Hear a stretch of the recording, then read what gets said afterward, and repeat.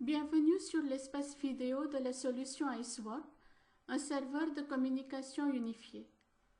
Cet exercice a pour objectif d'expliquer la fonction délégation de droits. L'exemple met en scène trois utilisateurs de la solution IceWork, le président, son secrétaire et un directeur. Le président souhaite déléguer la gestion de son agenda à son secrétaire. C'est une opération qui va se dérouler en deux phases.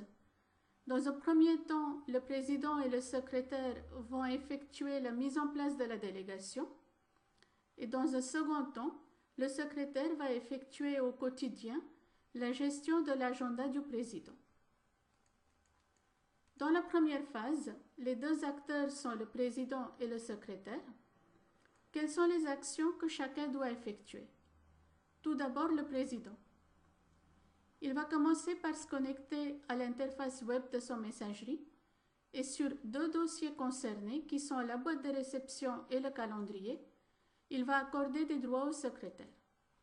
On choisit le dossier, un clic droit de la souris, le menu droit d'accès au dossier, on indique l'adresse email du secrétaire et sur la boîte de réception, on va donner des droits en lecture, écriture et modification. Sur le calendrier, le président va donner à son secrétaire les droits d'accès en lecture, écriture, modification et suppression. Quand le secrétaire va se connecter à son interface web de messagerie, il va voir deux emails qui vont indiquer les droits d'accès qui ont été accordés par le président sur le calendrier et la boîte de réception. Bien évidemment, le secrétaire va commencer par accepter ces deux droits d'accès en souscrivant aux deux dossiers concernés. Quand la souscription est terminée, un nouveau nom va apparaître dans l'interface web du secrétaire qui correspondra au compte du président avec les deux dossiers calendrier et boîte de réception auxquels le secrétaire a maintenant des droits spécifiques. Dans la deuxième phase, les acteurs concernés sont le secrétaire et tous les participants internes ou externes avec lesquels le président doit se réunir de temps à autre. Les actions que le secrétaire doit accomplir consistent à envoyer des invitations, de recevoir des invitations, parfois d'annuler des réunions ou de modifier la date ou l'heure des réunions déjà programmées. Prenons un exemple concret. Imaginons que le président a demandé à son secrétaire de monter une réunion avec le directeur.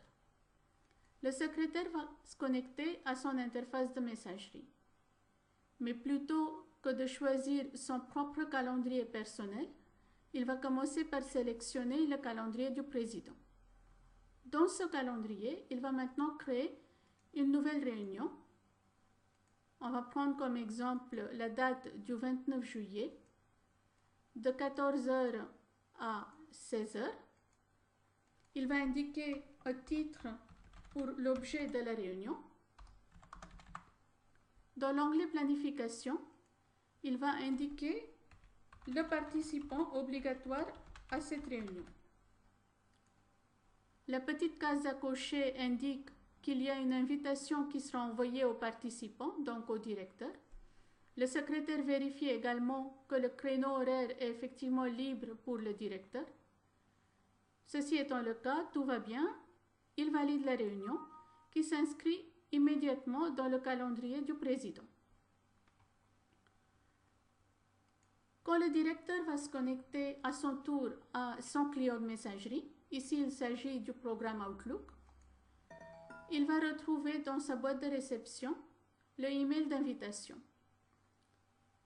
Ce qui est le plus important à remarquer, c'est que le mail est envoyé par le président.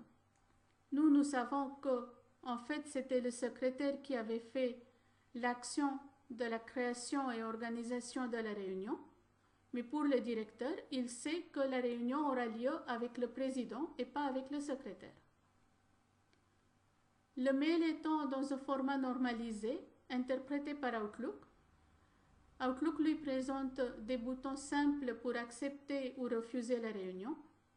Dans le cas présent, le directeur va choisir d'accepter la réunion et donc un mail sera envoyé à l'organisateur de la réunion, qui en fait est le président.